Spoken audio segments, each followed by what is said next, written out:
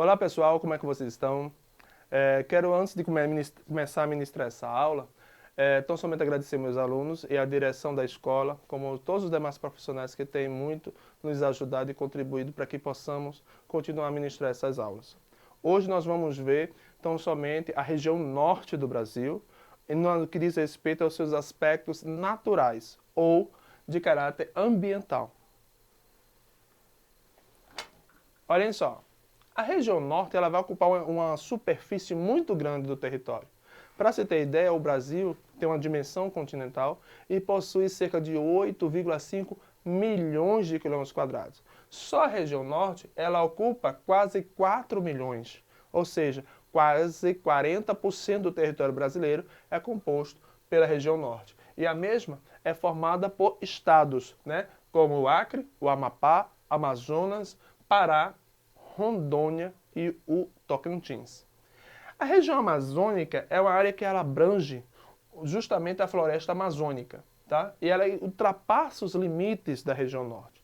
Nós temos a Amazônia legal, que é a que se encontra dentro do território brasileiro, e a Amazônia internacional, que abrange os países vizinhos da América Andina. E aqui temos um mapa político, tá certo? Da região norte, mostrando justamente os estados, os quais ela faz parte dela. Para se trabalhar a questão dos aspectos naturais ou ambientais, se faz necessário nós começarmos pela topografia ou relevo. Nós vemos aqui, por meio das cores, a predominância de planícies, né? Principalmente próximo ao leito dos rios. Tá? Então, se eu chegar numa atividade para vocês, um mapa como esse dizendo, observe atentamente o mapa sobre o relevo da região norte e descreva as suas principais características. Qual seria a resposta? A resposta seria que na região norte predomina as regiões de planície, devido à grande bacia hidrográfica que existe nela, tá?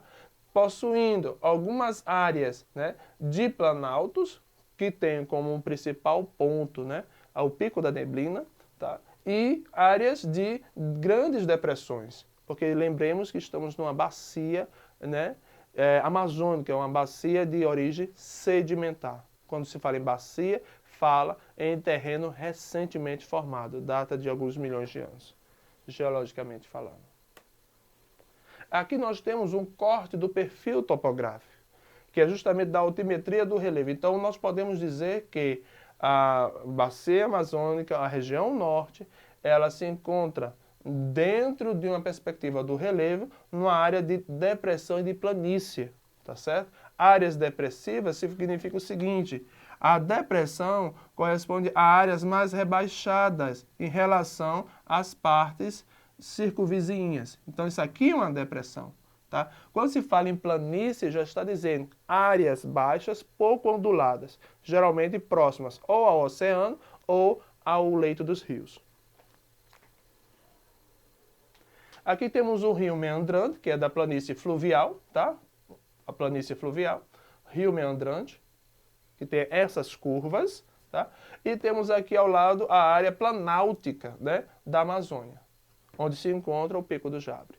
Logo, nós podemos ver que boa parte da região norte se encontra na planície e a vegetação muitas vezes se encontra alagada em boa parte do ano. No que diz respeito à hidrografia, quando se fala em hidrografia, gente, se fala no quê? Num conjunto de elementos que é composto por um rio principal, seus afluentes e subafluentes, tá certo? Os rios podem ser de vários tipos, isso a gente ainda vai ver. No caso aqui a gente vê a grande bacia hidrográfica da Amazonas e a bacia hidrográfica do Tocantins-Araguaia, tá certo? E a bacia do Rio Paraguai aqui próximo, tá? Entre os recortes dos rios, que em sua maioria são rios perenes, ou seja, não secam durante a estiagem. Temos o rio Planáltico, tá certo? Aqui é justamente para trazer uma consideração para vocês. A hidrografia ela vai corresponder à rede de rios, como já falei, e os rios podem ser de planalto, com quedas d'água, muito utilizado para a rede pelo Estado para a produção de energia elétrica, tá certo? Temos os rios de planície, muito utilizado para a circulação de pessoas, mercadorias e serviços. Temos os rios litorâneos, que desaguam no mar, e os rios sertanejos, que são os rios que desaguam em outro rio ou lago dentro do continente, ou seja, dentro das terras emersas. E aqui nós temos a vegetação. Existe uma relação muito intrínseca entre relevo, clima, vegetação e hidrografia. Tá certo? Um depende do outro. E aqui nós temos o mapa da região norte, que vai falar justamente sobre a vegetação natural. Lembremos que boa parte da vegetação aqui, tá, é de floresta pluvial densa, ou seja, as matas de terra firme. Temos as outras, a floresta fluvial aberta, tá certo? Temos áreas de campo e cerrado e caatinga, ou seja, há áreas de vegetação também litorânea aqui perto do Amapá. E todas elas com suas dinâmicas. Um principal tipo de vegetação dentro da floresta amazônica, dentro da região norte, nós temos a mata de Igapó, que é uma vegetação que ocorre em áreas baixas, tá? De relevo baixo, próximos aos rios. Geralmente elas vivem alagadas durante o ano todo, tá certo? As plantas dessas árvores apresentam estatura média de, no máximo, 20 metros, além de cipós e plantas aquáticas como a Vitória Régia. E aqui nós temos um exemplo, justamente uma foto sobre a mata de Igapó. Elas vivem alagadas, em áreas alagadas durante o ano todo. Já as matas de várzea, elas estão próximas a essas matas de Igapó. Elas possuem geralmente um pouco mais de 20 metros, 20 a 25 metros de altitude, e elas sofrem inundações justamente no período das cheias dos rios, tá certo? E sem contar que com uma imensa quantidade de galhos repletos de espinhos, o que torna uma região de difícil acesso, por ser uma mata fechada. Tá? Aqui temos uma imagem, tá certo? Desse tipo de vegetação, que é a mata de várzea. E a mata de terra firme é justamente o que compõe boa parte da região norte. Então nós temos nessa situação, que são árvores de entre 30 e 60 metros, geralmente de porte muito alto, troncos grossos, os solos são profundos, tá certo? Desenvolvendo-se com distâncias restritas entre si, muito próximas umas das outras, o que impede de ter outras vegetações de nível rasteiro, já que a copa das árvores são muito juntas e impedem dos raios ultravioletas do sol simplesmente tocar esse solo. Por isso que lá o ambiente é úmido, né? É de um clima mais úmido, mais aconchegante. Lá existe um microclima. É como nós vemos aqui na capital, em João Pessoa, né? Se nós formos em áreas que tem vegetação, como a mata na UFPB, né? Que tem um resquício de Mata Atlântica ali. Se formos ali próximos à Barreira do Cabo Branco, que tem uma mata ciliar ali, nós vamos ver que quando nos aproximamos, o clima é mais ameno. Por quê? Porque a incidência dos raios do sol naquela área não atinge o solo diretamente, logo o processo de evapotranspiração vai justamente ser diminuído, né? Vai ser mais lento, dando a ideia de uma umidade mais, vamos assim dizer, duradoura. Aqui é a mata de terra firme.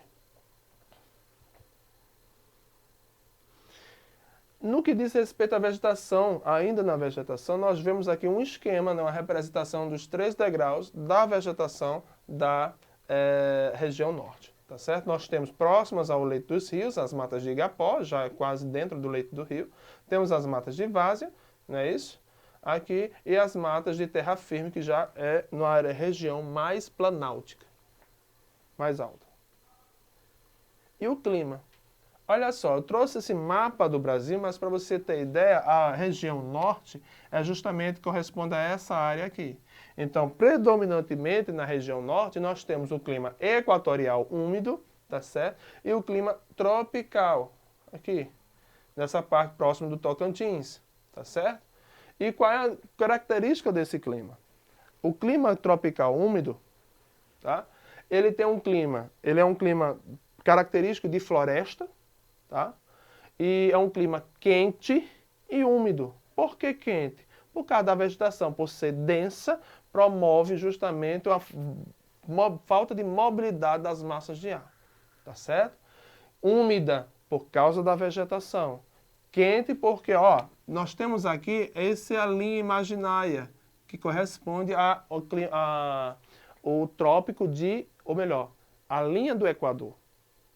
A linha do Equador. Então estamos quase que no meio, na zona intertropical, a zona que mais recebe incidência dos raios ultravioletas no Sol. Então é por isso que lá é quente. Úmido por quê? Por causa da vegetação que é exuberante. O solo é pobre? É. Porque o processo de decomposição de restos de animais e vegetais, ele é muito acelerado. Aqui temos o índice pluviométrico. O que isso significa? Índice de chuvas nessa região. Por a vegetação ser exuberante, existe um nível de chuva muito grande. Para se ter ideia, nessas regiões se precipitam, caem chuvas entre 2.000 e 3.000 milímetros anuais. Então é muita chuva.